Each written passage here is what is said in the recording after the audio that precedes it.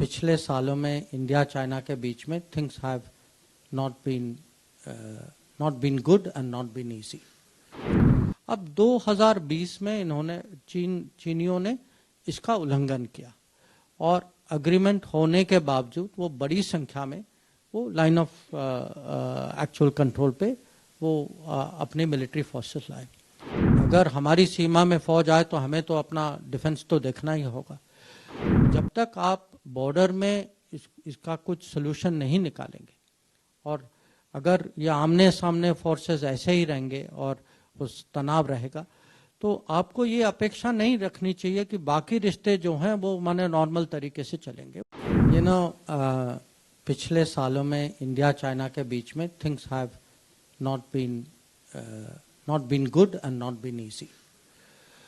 And इसका मुख्य कारण ये है कि हमारे बीच में कुछ एग्रीमेंट्स थी, सालों से थी, और ये लिखित माने ये कोई ऐसा कोई समझौता जो था माने कोई इनफॉर्मल नहीं था, बहुत स्पष्ट था।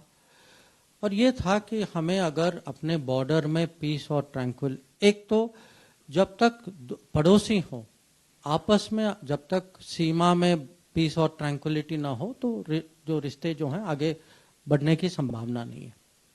तो ये उनको भी पता था, हमें भी पता था, इसीलिए। और अगर आप देखें जब से हमारी रिश्ते जो हैं नॉर्मलाइज हुए हैं, 62 में युद्ध हुआ था, उसके बाद 14 साल लगे हमें एक एम्बेसडर वापस भेजने में, उसके बाद 26 साल लगे 62 के बाद पहला प्रधानमंत्री गया, राजीव गांधी जी गए, चीन गए, और 93 में और 96 में 2 अग्रीमेंट्स हुई थी, उसके बाद भी हुई थी 2005, 6, 12, 13।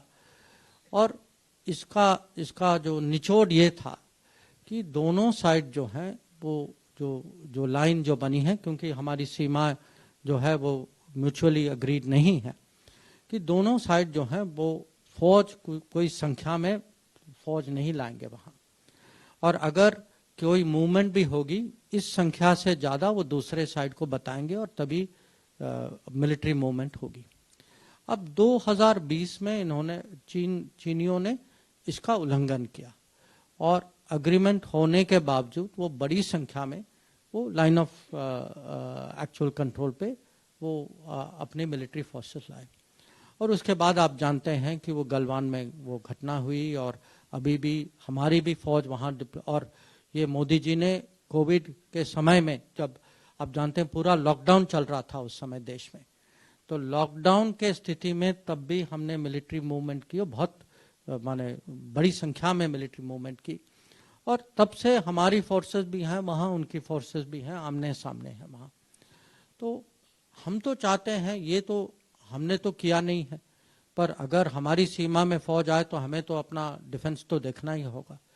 तो हमारी जो अप्रोच है उनको, और ये मैंने खुद मेरे जो काउंटर पार्ट हैं उनको समझाया है कि जब तक आप बॉर्डर में इसका कुछ सोल्यूशन नहीं निकालेंगे और अगर ये आमने सामने फोर्सेस ऐसे ही रहेंगे और उस तनाव रहेगा तो आपको ये अपेक्षा नहीं रखनी चाहिए कि बाकी रिश्ते जो हैं वो माने नॉर्मल तरीके से चलेंगे, वो असंभव है। तो ये नहीं है कि आप यहाँ झगड़ा करो और वहाँ बिजनेस करो, ये माने इसको आप ऐसा लाइन नहीं कर सकते। तो आगे देखना होगा, अब डिप्लोमेसी जारी है, तो कभी कभी जो ऐसी मुश्किल स्थिति जो है वो एक जल्दीबाजी में इसका उपाय नहीं निकलता, तो हम लगे हुए हैं इसमें। नमस्कार, मैं हूं मानक गुप्ता। अगर आपको हमारा ये वीडियो पसंद आया हो तो इसे लाइक और शेयर जरूर करें, और हां, हमें सब्सक्राइब और फॉलो करना ना भूलें ताकि आप देश और दुनिया की कोई खबर मिस ना करें। तो जुड़े रहिए हमारे साथ और देखते रहिए न्यूज़ 24।